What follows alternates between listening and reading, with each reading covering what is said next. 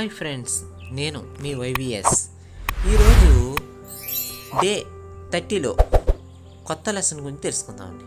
అదే అండి, చీకటి పడిన తర్వాత గదుల్లో అందంగా కనిపించే ల్యాంప్స్, అంటే ఎలక్ట్రికల్ ల్యాంప్స్ ఉంటాయి కదండి, ఆ ల్యాంప్స్ ఎలా గీస్తారనేది తెలుసుకుందామండి. ఈరోజు చూస్తున్నారా, ఫస్ట్ ఒక లైన్ గీసుకుని అడ్డంగా మూడు గీతలు గీసామండి. చూస్తున్నారా, సెకండ్ స్టెప్లో కూడా అంతే. ఫస్ట్ స్ట్రైట్ లైన్ ఒకటి తీసుకున్నామండి, తర్వాత అడ్డంగా 3 గీతలు గీసుకున్నామండి. చూస్తున్నారా, ఇప్పుడు ఇలా గీసుకున్న తర్వాత పైనుండి క్రాస్గా ల్యాంప్ కనిపిస్తుంది కదండి, లైట్ వెలుగుతున్నట్టు కనిపిస్తుంది కదా, అది దాని కింద ఉండేటువంటి దానికి నిలబడడానికి స్టాండ్ కింద ఉండేటువంటి బాక్స్ కింద ఉండేటువంటిది గీస్తున్నామన్నమాట. అంటే వెరైటీగా కనిపించేటువంటి ల్యాంప్స్ ఉంటాయి కదా, ఆ ల్యాంప్స్ గీస్తున్నామన్నమాట. చూసారు, సెకండ్ స్టెప్లో అవుతుంది కదా. థర్డ్ స్టెప్లో కూడా సేమ్ అదే విధంగా ఈ ల్యాంప్ని సేమ్ అదే విధంగా గీస్తామన్నమాట. ఇవి మన బెడ్రూమ్లో ఎక్కువగా కనిపిస్తూ ఉంటాయి అన్నమాట. ఎందుకు కనిపిస్తాయంటే కనుక మనం పడుకునేటప్పుడు లైట్స్ని కట్టుకుంటాం, లేదా లైట్ వేసుకుని కొంతమంది పడుకుంటూ ఉంటారు అన్నమాట. అది ఏదైనా నైట్ వచ్చిన పనులు చూసుకుందాం అనుకున్నా సరే పక్కన టేపా మీద కానీ పక్క షెల్ఫ్లో కానీ ఇవి పెట్టుకుంటూ ఉంటారు అన్నమాట. ఇవి కరెంటుతో ఎక్కువగా వెలుగుతూ ఉంటాయి అన్నమాట. ఈ ల్యాంప్స్ అంటారు అన్నమాట. అర్థమైందండి. ఇవి ఒకప్పుడు బాగా ట్రెండీగా ఉండేది, అలాగే ప్రస్తుత కాలంలో కూడా ఎక్కువ ట్రెండీగా కనిపిస్తుంది అన్నమాట. థర్డ్ స్టెప్లోని సేమ్ అదే విధంగా గీసిన తర్వాత ఏం చేస్తున్నామంటే దానికి షేడింగ్ లైట్గా ఇచ్చానమాట. ఈ ఫస్ట్ సెకండ్ థర్డ్ నుంచి చూసుకుని ఫోర్త్ స్టెప్ని ఎలా గీయాలో చూద్దామండి. చూస్తున్నారు, ఫస్ట్ స్ట్రైట్ లైన్ తీసుకున్నామండి. చూసారండి, తర్వాత మిడిల్లో ఒక లైన్ తీసుకుని దాని పైన ఒక లైన్ కింద ఒక లైన్, చూస్తారా, పైన ఒక లైను కింద ఒక లైన్ అడ్డంగా తీసుకుంటామండి. చూడండి, పైన ఒక లైన్ గీస్తున్నాను. అలా గీసిన తర్వాత క్రాస్ లైన్స్ అంటే 2 గీస్తున్నాను అనమాట. అంటే అటు ఇటు క్రాస్గా కనిపిస్తాయి కదండి, ఆ లైన్స్ గీస్తున్నాను అనమాట. చూడండి ఎలా ఉన్నాయి. ఇప్పుడు కింద కనిపించేటువంటి ఉంటుంది కదా, దాని సపోర్ట్గా కనిపించేటువంటి బాక్స్ కింద ఉంటుంది కదండి, దాన్ని కూడా గీస్తున్నాను. చూడండి ఎలా కనిపిస్తుందో. అలా నీట్గా కనిపించడం కోసం మనం కూడా అదే విధంగా ప్రజెంట్ చేస్తామండి. చూడండి ఎంత నీట్గా కనిపిస్తుందో. ఇలా మనం వేయాలనుకునే డయాగ్రామ్ ఏదైనా సరే క్లారిటీగా నీట్గా ప్రజెంట్ చేయాలండి. చూడండి ఎంత నీట్గా కనిపిస్తుందో. ఈ విధంగా మనం ప్రతి డయాగ్రామ్ని పర్ఫెక్ట్గా గీస్తే కనుక ఇప్పుడు అవుట్లైన్ వరకు చేసామండి. ఇప్పుడు ఎరేజర్ తీసుకుని దాని రఫ్ లైన్స్ అన్నింటినీ చెరిపేస్తున్నానండి. చూస్తున్నారా, ఇప్పుడు ఇదే పెన్సిల్తోని షేడింగ్ ఇవ్వడం మొదలు పెడతానండి. ఓ పక్క నుంచి లైన్స్ ఇవ్వడం ఐడియా ఉంది కదండి మీకు. అదే లైన్స్ని ఇస్తే ఎలా ఉంటుందో చూద్దామండి. చూడండి ఎంత నీట్గా కనిపిస్తుందో. ఇప్పుడు లైన్ డార్క్ చేసుకుని నీట్గా ప్రజెంట్ చేస్తున్నానండి. చూస్తున్నారా, ఈ లైన్ని డార్క్ చేసుకుంటూ ఏం చేస్తున్నానంటే ఒక హైలైట్ చేస్తానండి. చూడండి ఎంత నీట్గా కనిపిస్తుందో.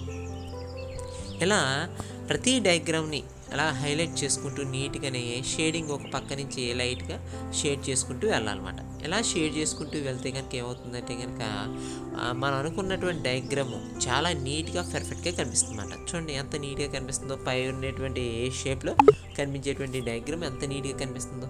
అందువల్ల ఈ డయాగ్రామ్స్ ఎప్పుడైనా సరే మనం ఫాలో అవుతే కనుక కరెక్ట్గానే చాలా నీట్గా కనిపిస్తుంది అన్నమాట. చూడండి ఎంత నీట్గా కనిపిస్తుందో.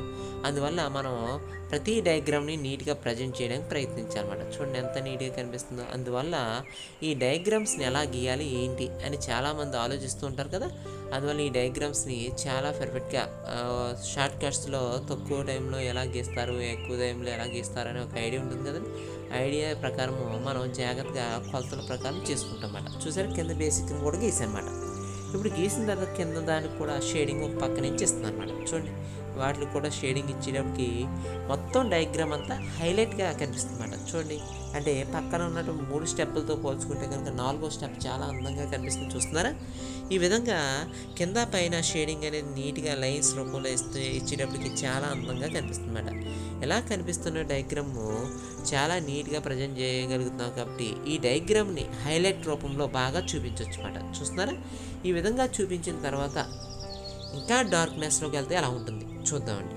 చూస్తున్నారా ఫ్రెండ్స్, ఈ విధంగా డయాగ్రామ్ని ఇంకా డార్క్నెస్లో వెళ్తే ఎలా కనిపిస్తుందని లైన్ గీసి చూపించాను కదా, అలాగే మిగతా లైన్స్ కూడా డార్క్ చేసుకుంటూ వెళ్తున్నాను అనమాట. చూస్తున్నారా, ఈ విధంగా డార్క్ చేసుకుంటూ నీట్గా ప్రజెంట్ చేస్తే కనుక ఎలా ఉంటుందంటే డయాగ్రామ్ అనేది చాలా అందంగా కనిపిస్తుంది అన్నమాట. చూస్తారా ఫ్రెండ్స్, ఈ విధంగా మనం ప్రతి డయాగ్రామ్ని చాలా అందంగా బ్యూటిఫుల్గా చేయొచ్చు అన్నమాట వర్క్.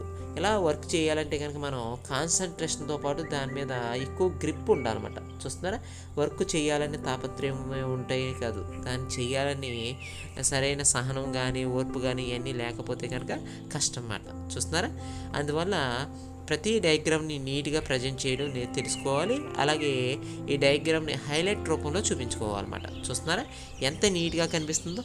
అందువల్ల ఈ డయాగ్రామ్స్ ఎప్పుడు నీట్గా కనిపించాలంటే కనుక మనం డిజైనబుల్గా చేసుకోవచ్చు, మామూలుగా కూడా చేయొచ్చు అన్నమాట. చూస్తున్నారు, డిజైనబుల్గా చేస్తే ఎంత నీట్గా కనిపిస్తుందో చూడండి.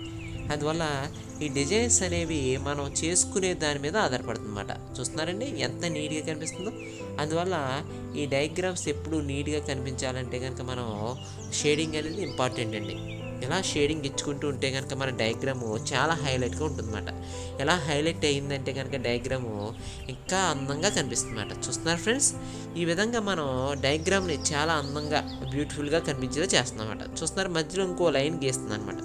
ఈ లైన్ గీసిన తర్వాత ఈ లైన్ని డార్క్ చేస్తే ఎలా ఉంటుంది చూసారా. ఈ డార్క్ చేస్తే ఎలా కనిపిస్తుంది, ఆ డార్క్ చేసిన లైన్ని చూడండి ఇప్పుడు నీట్గా ఎలా కనిపిస్తుందో.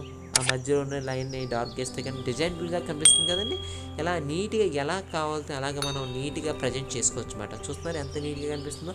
అదేవిధంగా పైనుంచి కిందకి డార్క్నెస్ లైన్ని క్లారిటీగా ఇస్తుంది అన్నమాట. చూస్తున్నారా, ఈ విధంగా క్లారిటీగా నీట్గా ప్రజెంట్ చేయగలిగితే కనుక మనం అనుకున్న డయాగ్రామ్ చాలా అద్భుతంగా కనిపిస్తుంది అన్నమాట. చూసారుగా ఫ్రెండ్స్, ఈ విధంగా మన డయాగ్రామ్స్ని ఎప్పుడు హైలైట్ చేయాలంటే కనుక మనం నీట్గా ప్రజెంట్ చేయగలిగితే కానీ డయాగ్రామ్ అందంగా గీయగలిగితే కనుక ఈ డయాగ్రామ్స్ చాలా సూపర్గా వస్తాయన్నమాట. ఈరోజు Day-30 క్లాస్లో బాగా నేర్చుకున్నారు అనుకుంటున్నానండి. ఈ క్లాస్ కనుక మీకు బాగా అర్థమై ఉంటే కనుక మీరు కూడా బాగా గీస్తారని ఆశిస్తున్నాను. అందువల్ల ఈ డయాగ్రామ్స్ చూడడమే కాకుండా మీరు కూడా బాగా ప్రాక్టీస్ చేయగలుగుతారని, అందువల్ల ఈ వీడియో కనుక మీకు బాగా నచ్చితే కనుక లైక్ చేయండి, సబ్స్క్రైబ్ చేయండి, నోటిఫికేషన్ ఫాలో అండి. Thank you all.